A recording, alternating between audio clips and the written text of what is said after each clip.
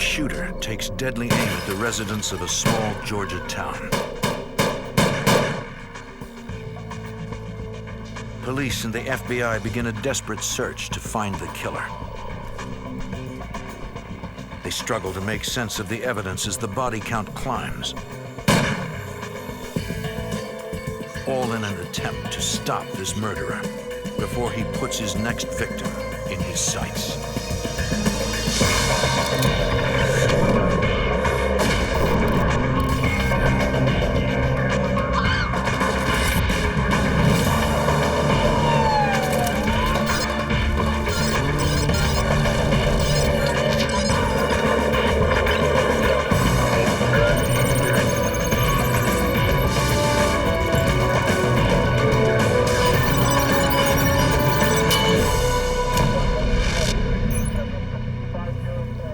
In Georgia, a series of bizarre shootings terrorized the small town. 2 people were killed, 2 others were critically wounded. At first, the shootings seemed targeted. Then they seemed random. I'm Jim Kallstrom, former head of the FBI's New York office. As the body count climbed, the killer taunted law enforcement with mysterious notes. Agents believed the shooter would continue to kill until he was dead or behind bars.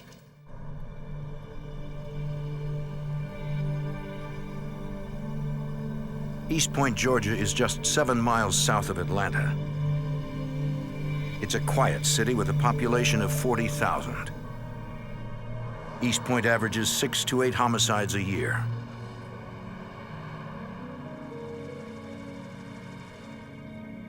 March 1st, 2001. A man is concerned about his mother. He arrives at her house to see if she's okay. He normally speaks to his mother by phone every day, but this day she did not answer his calls. Then he sees signs of foul play that lead to his mother's car. Mom. He makes a horrific discovery.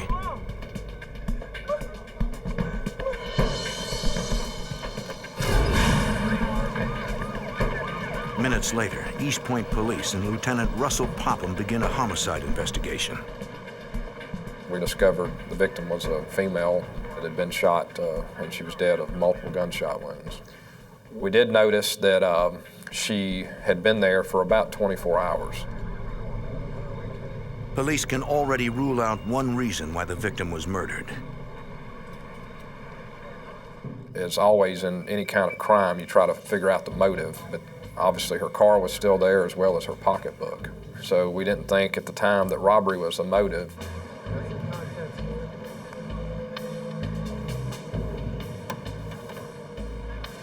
Detectives identify the victim as Pamela Clark.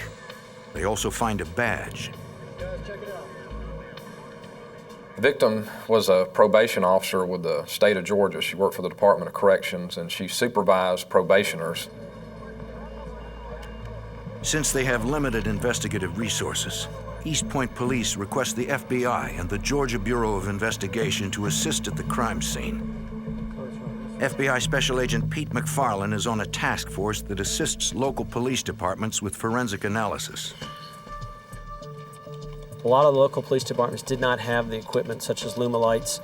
We actually process vehicles for latent fingerprints. We process items that we pick up for latent fingerprints. Agent McFarland finds signs Pamela Clark was shot at almost point-blank range. You could see where the person had shot right through the window, and glass had actually impaled the victim's face. So it was very close. I guess you could say it was an execution. The killer was both brutal and careful. East Point Police Detective Bobby Gray finds no bullet shell casings at the scene, despite multiple shots being fired. No shell casings could mean that there was a revolver. Until we know differently, we're going to assume either the person picked him up or he was using the revolver. Police believe the killer premeditated the murder because of the lack of evidence. There was no fingerprints left at the scene. It was a very sterile scene. Detectives want to know who would want Pamela Clark dead. For answers, they turn to the victim's son. He spoke to his mother every day.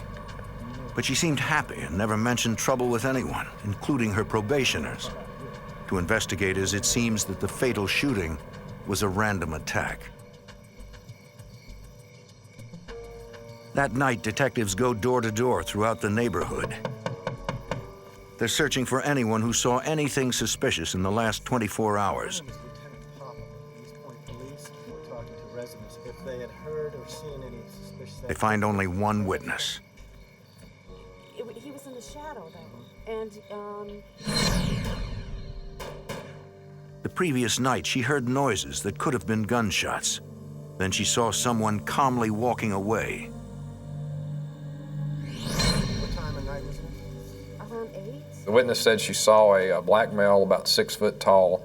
She's looking at a distance from about 40 yards, so she can only tell that he had a low haircut, and he was about 6 foot tall, of average build. There was not much light. That's all she could come up with. If you got to tell me anything or if something pops into your mind, just give us a call. Unfortunately, the witness is unsure she'd recognize the man if she saw him again. There are 3 bullet wounds. The medical examiner confirms several findings investigators made at the crime scene. Pamela Clark was murdered 24 hours before her body was discovered. Came in from this direction. I'm going to remove that bullet. The medical examiner identifies 4 bullet wounds, 3 to the left side of the torso and 1 near the right armpit area. The tight grouping of the 3 wounds is consistent with police theories that the killer shot the victim at close range. Police get their first clues about the murder weapon when the medical examiner removes 3 .40 caliber bullets from the body. Although 3 bullets are recovered, the victim had 4 gunshot wounds.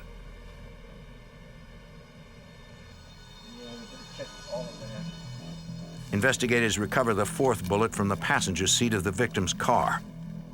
It's also .40 caliber. Agents find the vehicle unusually cluttered with junk mail, bills, and other letters. The victim's son said his mother usually sorted her mail in the car after she picked it up from her mailbox.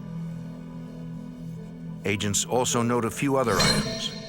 I thought she may have had some children in the car because there were some wrappers also in the vehicle. Based on the evidence recovered from the car, the autopsy, and witness interviews, detectives put together a murder scenario that paints a picture of a ruthless, calculating assailant. Investigators suspect the killer was lying in wait as Pamela Clark arrived home on the evening of February 28, 2001, at about 7:30 p.m. It seems he was familiar with his victim's routine as she arrived home from work. There he'd have a captive target as she sorted her mail. Detectives believe the killer either picked up all the .40 caliber shell casings or had some other way of containing them as he fired. Then he left Pamela Clark to die. Police have a theory on how the victim was murdered, but they have no suspects and a killer on the loose. We have an extreme whodunit. We have bullets, we have a car, and we have a body, and that's about all we have. With so little to go on, it will be difficult to find justice for the murdered probation officer. East Point, Georgia police and the FBI have a killer on the loose, a killer who murdered probation officer Pamela Clark. They have no leads and no suspects. They only know the killer approached her while she sat in her car, then shot her 4 times at close range with a .40 caliber handgun. Everything's going good here. What have you been up to? Not much. Talk to you then. Bye. Investigators like East Point Police Lieutenant Russell Popham try to understand why someone would want Pamela Clark dead. There's an old saying that if you can establish the motive, you can solve the crime. We immediately went to work on her immediate family, her contacts, as well as her job as a state probation officer. The victim's son said she never mentioned having any enemies. Detectives focus on the victim's job as a probation officer, where she worked with dangerous criminals on a daily basis. The probation officer has the power to send a violent criminal back to jail. Okay, here's our office. All right. Just look around, and if you need me. Police search the victim's office to examine her case files. She had a typical caseload of anywhere from 70 to 100 probationers.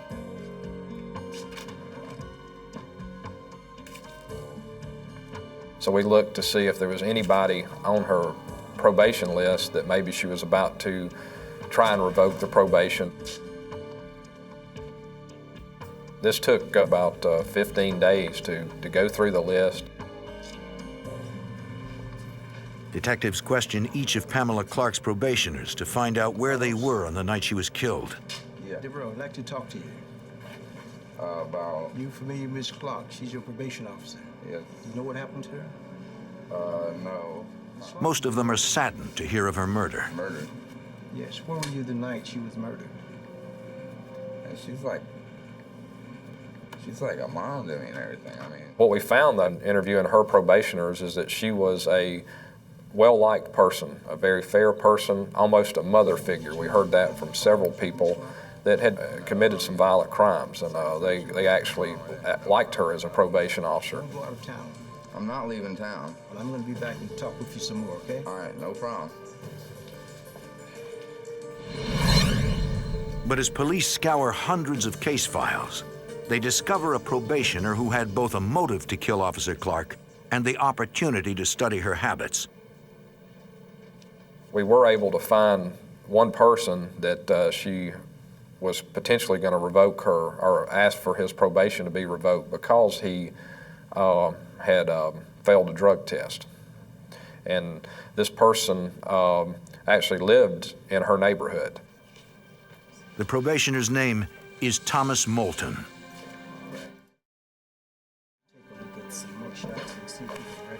Detectives put a mugshot of Moulton into a photo lineup.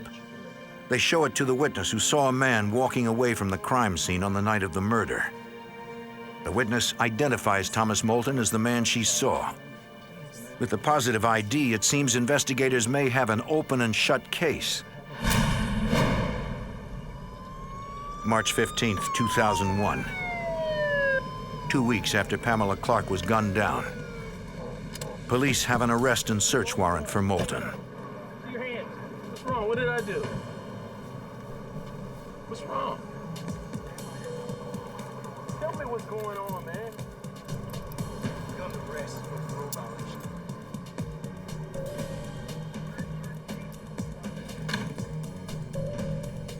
During their search of Moulton's house, investigators uncover a jacket like the one the witness saw on the night of the murder. This looks like the jacket. Yeah, sure does, doesn't it? That's it. Police also make a disturbing find. He had a box of 9mm bullets in his room, and we knew, however, that the bullets used were .40 caliber, but again, this showed that this probationer had bullets when he shouldn't have. We were alarmed at this. All right, let's see what we have. Would you look at that?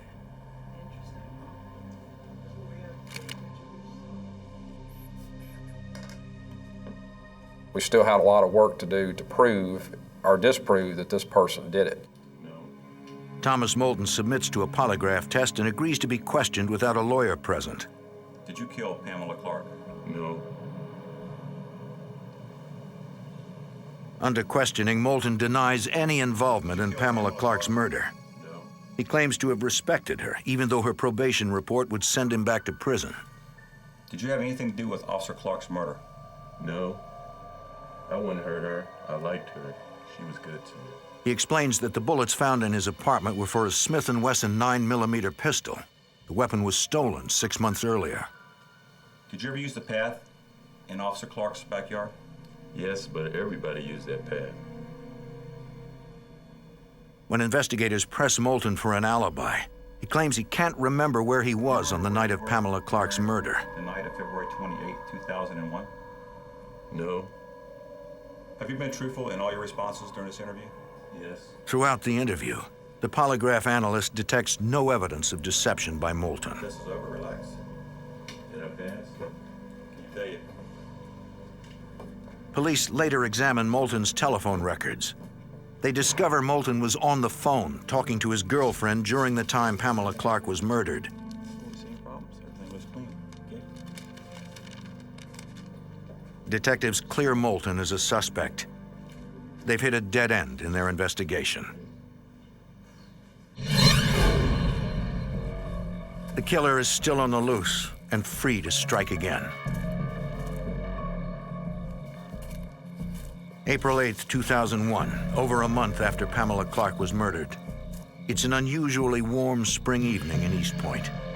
It was a night in the low 70s at the time, so a lot of people were enjoying the first few days of spring, that with their doors open, their windows open. A few miles from Pamela Clark's home, a retiree named Chuck Boiler hears someone approach. Who's out there? Who's out there? Who's out there? Hey! The bullet shatters the man's arm and rips into his chest. He tries to fight back, but he's rapidly losing blood. The gunman lingers.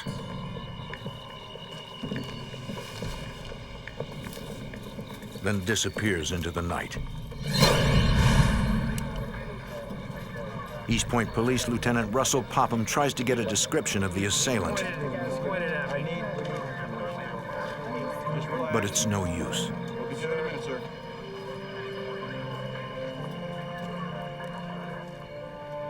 He couldn't tell if it was a man or a woman, the race of the person or anything.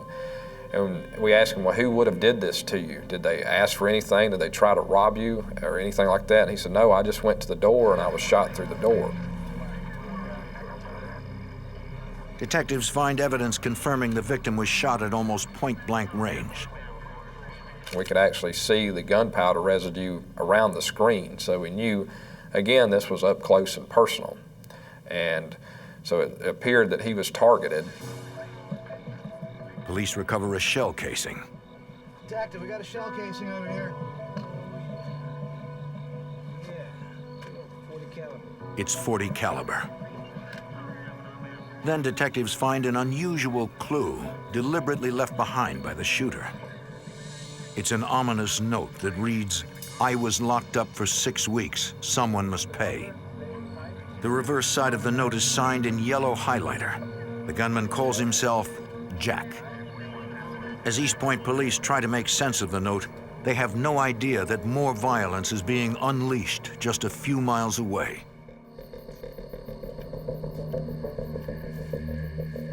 Less than an hour after Chuck Boiler was shot, East Point police will have a new murder on their hands. Hey! Hey! You mind here?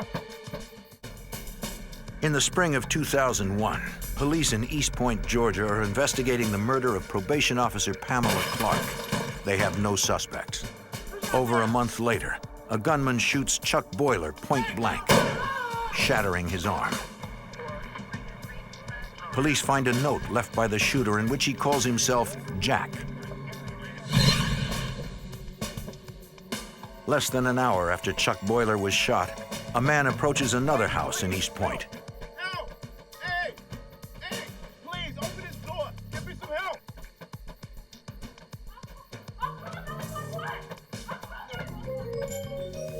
The man isn't a shooter, he's a victim.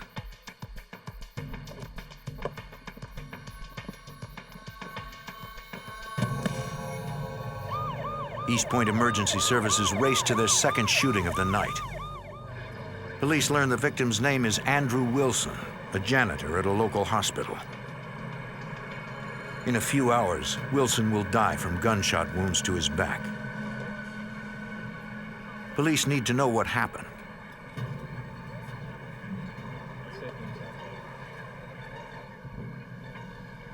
They find answers down the street. A car idles with no one inside. Police run the registration and learn the vehicle belongs to the victim. Investigators find bullet holes in the vehicle that indicate Wilson was shot in his car as he pulled up to the intersection. The fatal bullet likely passed through the driver's side rear window, through the back of the driver's side seat, and into the victim's back. After Wilson was shot, detectives believe he got out of his car and desperately searched the neighborhood for help. Hello? I need some help, please!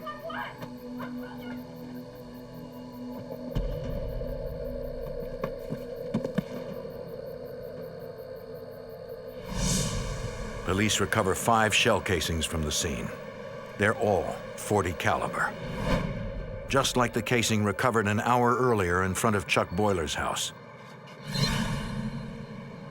But the fact that .40 caliber weapons were used in both crimes does not necessarily link the two shootings. The primary murder weapon that's used around here is a 9mm, and as the .40 caliber's gotten more popular, we see a lot of .40 caliber crime scenes.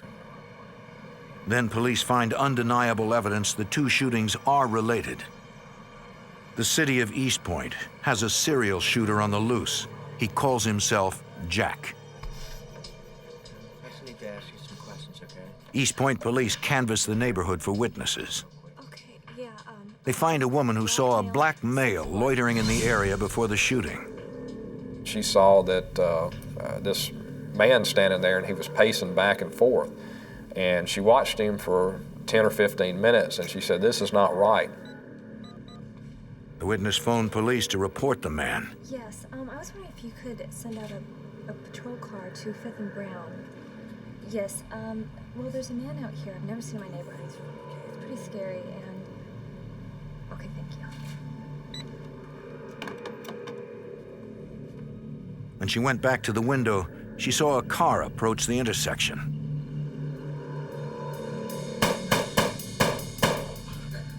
She never saw the man's face, but she got a good look at his vehicle. She sees a late model American car. She was very adamant and detailed about it. And that was one thing that we really believed her on, that she knew what type of car it was. The witness was unable to see the car's license plate number. Okay, well, you've done good. Okay, if you think of anything else comes to mind, okay, would you please give me a call? Okay. In a single night, Jack has murdered one man and seriously wounded another. Police now have 2 bodies on their hands, and every reason to expect there will be more. The city of East Point, Georgia, has a serial shooter on the loose. In a single night, the gunman wounded one man and killed another. Investigators found notes left by the shooter at both crime scenes. They were signed in yellow highlighter, Jack. East Point Police and Detective Bobby Gray fear the shooter will strike again. The frustrating thing about this investigation is we didn't know who, we didn't know why, and we didn't know who would be next. 4 days later, on April 12, 2001, a shadowy figure approaches another house in East Point. A woman is unaware she's a target.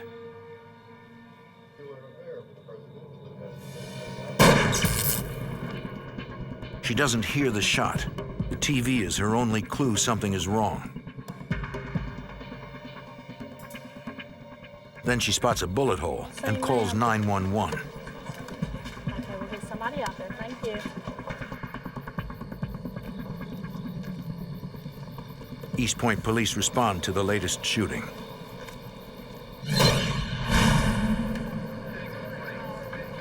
Detectives believe the shooter targeted the woman and hit the TV by mistake. She's lucky to be alive. Did you hear anything prior to the shot? I didn't. I was sitting there watching TV, and I remember flipping through the magazine, and that's all I can remember. I'm sure. If it wasn't for the TV being in front of the window, the person watching the TV would have been dead. The bullet went through the window, went through the screen, went through the back of the TV, and fortunately, it lodged inside the TV. Investigators uncover a chilling note that supports their theory and threatens many more victims. It reads, "Better count your body bags." We knew that this person wasn't going to stop. We're going to have more victims. It's not a matter of if, it's a matter of when and how many. Police have no doubt as to who did the shooting. The killer, who calls himself Jack. Hours later, crime scene technicians recover a bullet from the woman's TV set. It's .40 caliber, consistent with Jack's MO. East Point detectives need to stop Jack before he makes good on his threat to fill body bags with more victims. They appeal to other police agencies and the FBI for help. FBI Special Agent Pete McFarlane examines the evidence.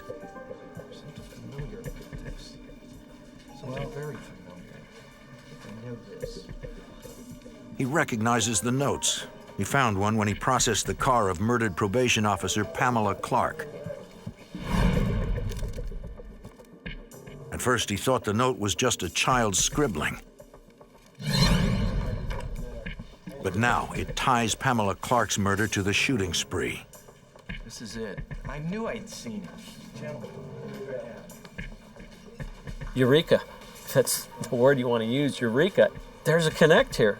When you started connecting all of them together, it's very similar, handwriting or block writing, all done with a highlighter. It was almost like this person was trying to say that, well, I'm a serial killer. I'm out there shooting people just for no reason at all. The similarities between the notes point to a killer that is methodical, calculated, and consistent. Jack wrote each note on half a sheet of standard white paper. Jack tore each note by hand, resulting in ragged edges. And Jack signed each note with either an orange or a yellow highlighter. Detectives believe one note contains a possible motive. I was locked up for 6 weeks for nothing. Someone must pay. So investigators scour records for anyone recently jailed for that period of time named Jack. They find no viable suspects. Jack and his true motive remain a mystery. We as investigators had 4 crime scenes, but we had nothing. We had no suspects, we had nobody. So you have 1, 2. Police examine the victims' backgrounds, searching for any link between them that could show a pattern in the shootings. Right here. Well, we have active 95 North, so here's what happens. We even went as far as to the individuals, did they have their oil changed at the same place? You know, their car, their automotive work, was it done at the same place?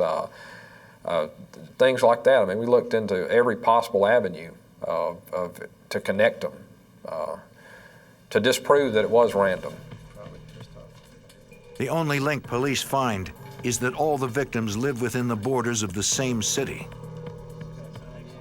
Everything was centered in East Point, as opposed to the shooter going to College Park, which is right next door to East Point, or even back to Atlanta, or to Hapeville, or some other jurisdiction in close proximity to East Point.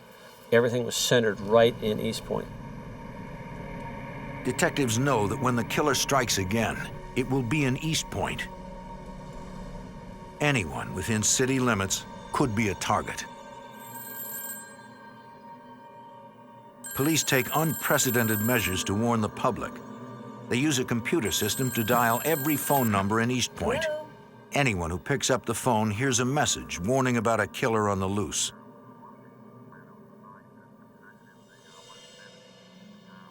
The taped message tells the public to call police if they see anything even slightly suspicious. It puts the entire city on edge. East Point police work around the clock, canceling leave and beefing up patrols to catch Jack before he strikes again. But they're up against a gunman who kills at a time and place of his choosing. We felt helpless. We're here to protect the citizens of East Point, and we're here to help. And unfortunately, you don't know when the next shooting is going to happen. You don't know who's going to be the victim. You don't know why they're going to be a victim. Investigators fear they're playing a grim waiting game with Jack.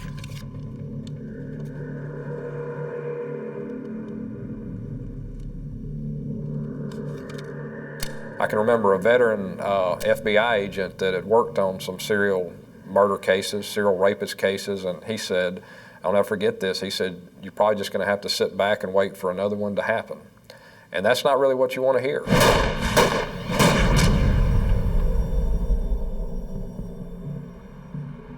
"12 days later, on April 24th, 2001, the wait is over. At 1:30 a.m., Rosa Lewis pulls up to her East Point apartment.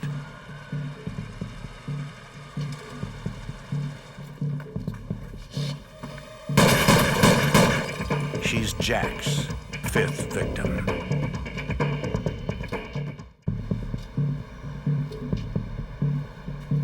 East Point, Georgia, April 24th, 2001 at 1:30 a.m. Rosa Lewis has been shot in her car as she pulled up to her apartment.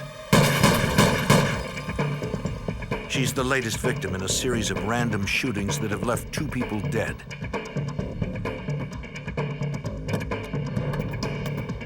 She fights to avoid becoming the 3rd murder victim. Despite 4 bullets that have ripped into the left side of her torso.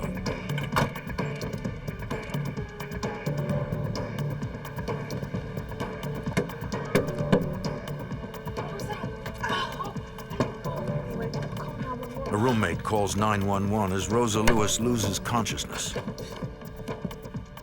East Point Police, the Georgia Bureau of Investigation, and the FBI speed to the scene.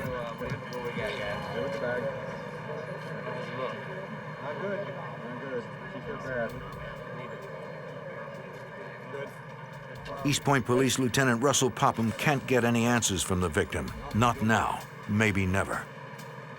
What we were told was that she was not going to live. We were told that she was that critical, her blood pressure was already dropping, that she wasn't going to live.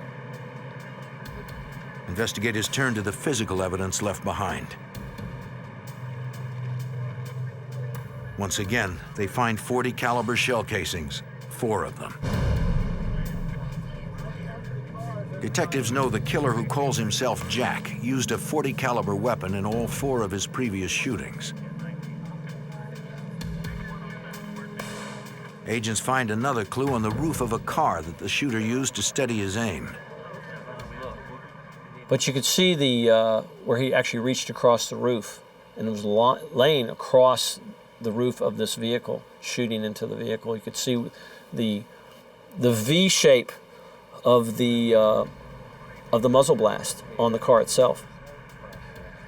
The connection is, this is so close. It's so close that this person could not miss.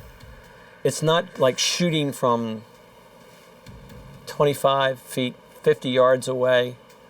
This person got right up into the victim's face and was shooting that person. Police search for Jack's signature clue. We immediately began to look for a note. We had the .40 caliber casing, so we immediately began to look for a note. We could not find a note in the darkness. We could find a note, and it wasn't a windy night, so we didn't think the note had blown away, but we couldn't find it. Although no note is recovered, police find similarities between the Rosa Lewis shooting and the murder of probation officer Pamela Clark. Both women were gunned down in their cars, with multiple shots fired through the driver's side window at close range. Then detectives uncover a shocking clue that changes the entire investigation. Rosa Lewis was a probation officer just like Pamela Clark. They knew each other. They worked in the same office together. This is too coincidental. Detectives no longer believe the shootings are random. Somehow the Rosa Lewis and Pamela Clark shootings are related. Police interview Rosa Lewis's roommate and learn Rosa moved into the apartment 2 months ago after a recent divorce. but she described the relationship to us as an amicable divorce. She even said that the victim's ex-husband had actually helped her move in. There was no reason to believe that he had a motivation to want to kill her. Agents and detectives go door to door, searching for any witnesses to the shooting. And we did find one lady who actually lives on a street behind the apartment complex who said she heard the shot. She looked out her window and she saw a car leaving that area. And she described it as a blue car, and she gave us that it was similar to a particular make of a car. So we had now a car, the kind of car we're possibly looking for, the make and model. We just weren't certain what the tag number was on the vehicle. The witness never saw the killer's face. Once again, police are left with only a vehicle description. Later that morning, police notify Rosa Lewis's family about the shooting, including her ex-husband, William Lewis. We knock on the door and nobody answers. We knock a few more times and we're about to leave, and as we turn around to walk to our car, a car pulls in. The first thing that we notice is that this car that pulled in was very similar, if not the same kind of car that was described leaving the shooting. The man driving the car is William Lewis. Detectives break the tragic news to him.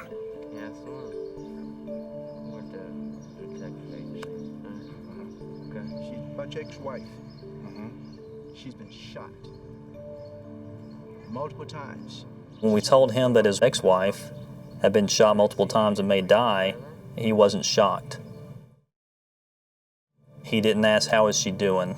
He didn't say, I have to get to her. He didn't say, what are you doing to get this person? It's almost as if we had notified him that something that was not really that significant. Mind if we check your car? Keys. Detectives ask to search Lewis's car. He consents and says the vehicle is a rental. Hours after the shooting, police could expect to find a weapon, bullets, or a note signed in yellow highlighter if William Lewis is Jack. But they find nothing. It's clean. Investigators then ask Lewis for consent to search his house. He agrees.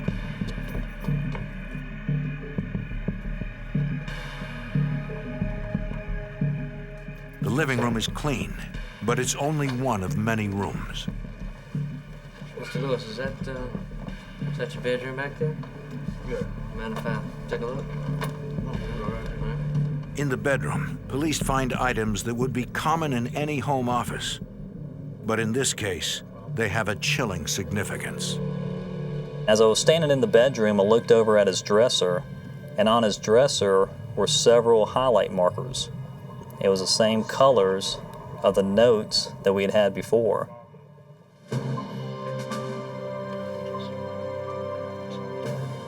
Mr. Lewis, would you mind coming with us back downtown for a little while? Would you? I mean, just need to go in and ask a few more questions. Is that okay? Downtown? Yeah. The discovery prompts detectives to ask Lewis to come downtown for questioning. He agrees.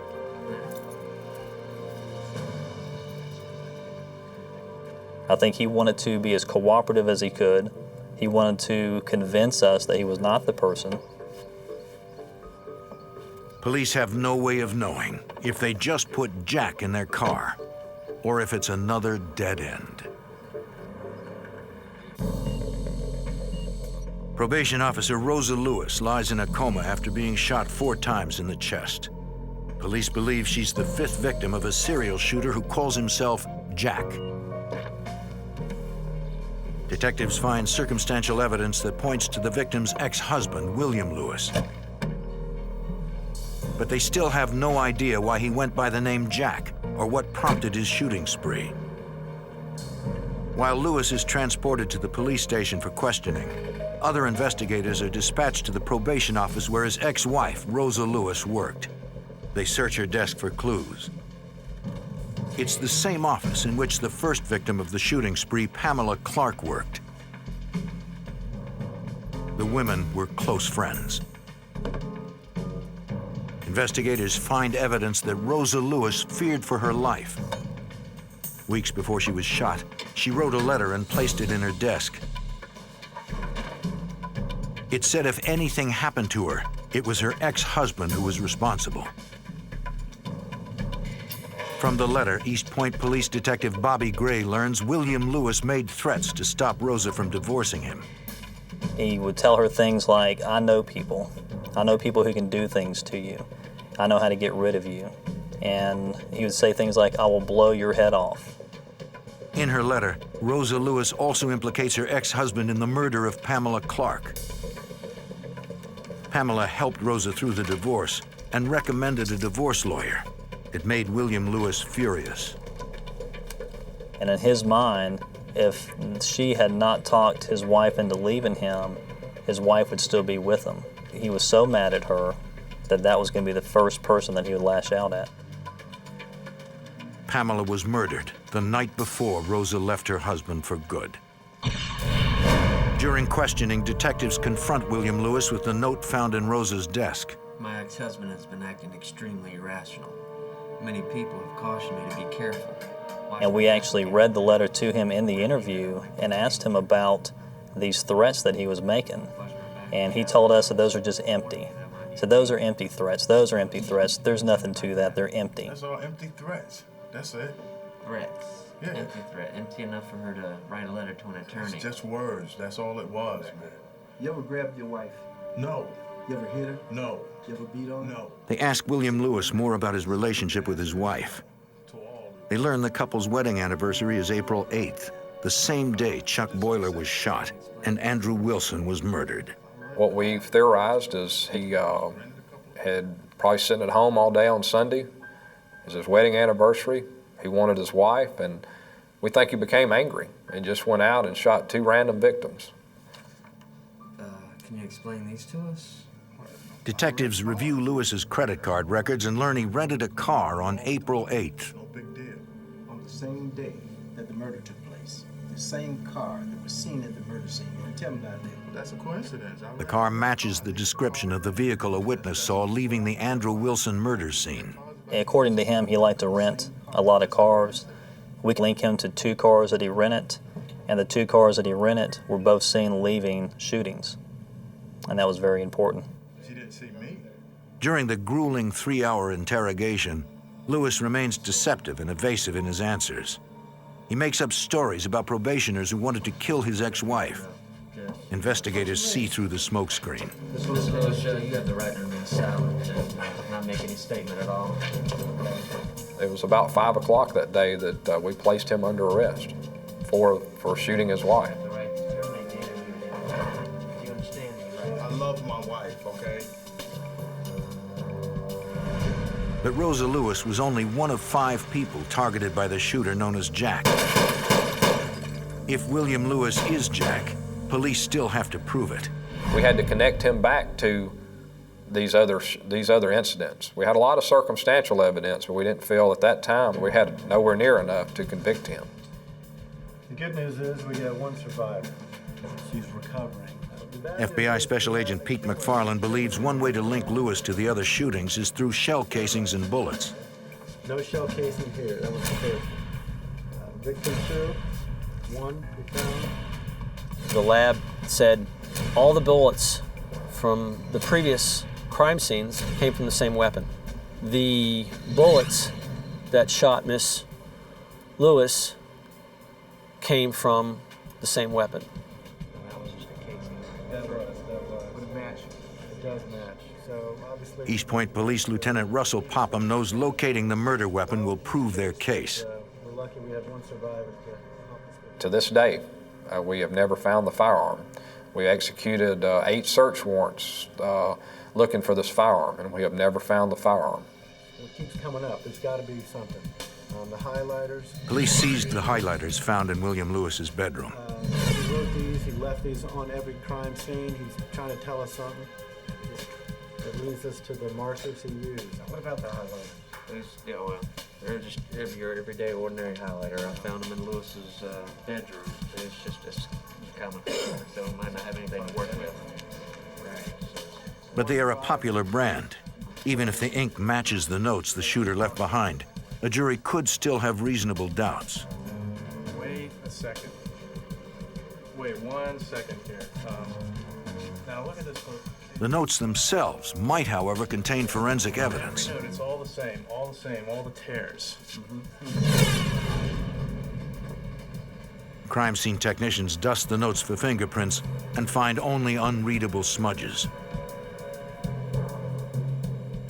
They find some of the smudges along the torn edges were not made by fingers, but by human lips. We believe what happened was that this person had licked the piece of paper and tore it off, moistened the paper, basically, and left his lip prints. With the paper moistened, it would be easier for the shooter to tear it along the fold.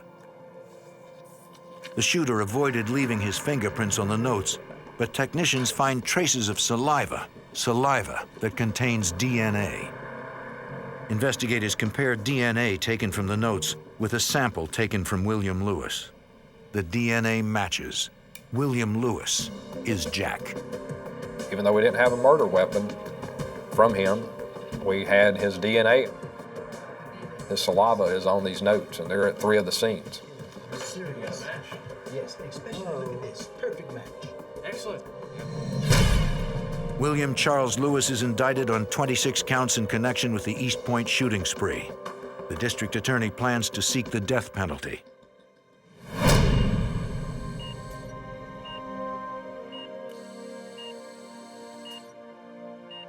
William Lewis's ex-wife, Rosa, emerges from her coma after months of hospitalization and eventually returns home.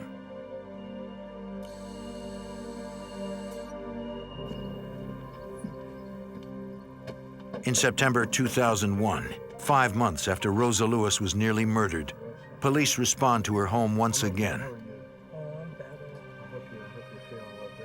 You got this today? Yes, I did.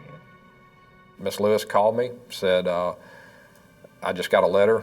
It's here, I haven't opened it. I want you to come down here and get it. And I went down there to where she was living and picked up the letter and read it. Basically an apology to his wife. From the letter, detectives learn the bizarre motives behind the shooting spree. He knew that if he killed the first victim, which was his wife's friends, it would bring a lot of hurt to his wife. The second victim, the third victim, and the fourth victims were, they were just to throw the police off. The letter closes all 5 cases and seals William Lewis's fate. Not only did we have his DNA at the scene, which was enough to convict him, but now we had a confession as to why he did it, the reason and why he did it. With his confession written, William Lewis pleads guilty to all counts. He's sentenced to life in prison plus 191 years with no possibility of parole.